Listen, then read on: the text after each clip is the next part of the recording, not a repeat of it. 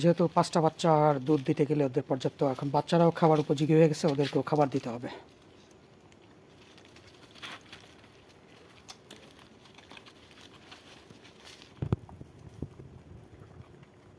এবং এরা রয়েছে আমার কর্মস্থলে, এখানেই ওরা থাকে, আমিও থাকি, ওরাও থাকে।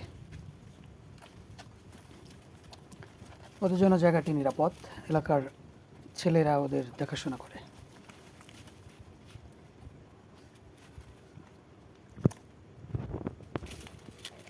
খাবার শেষ, এবার তোমরা ঘোরাঘুরি করো, আগামীকালকে সকালে আবার খাবার আছে দুপুরে।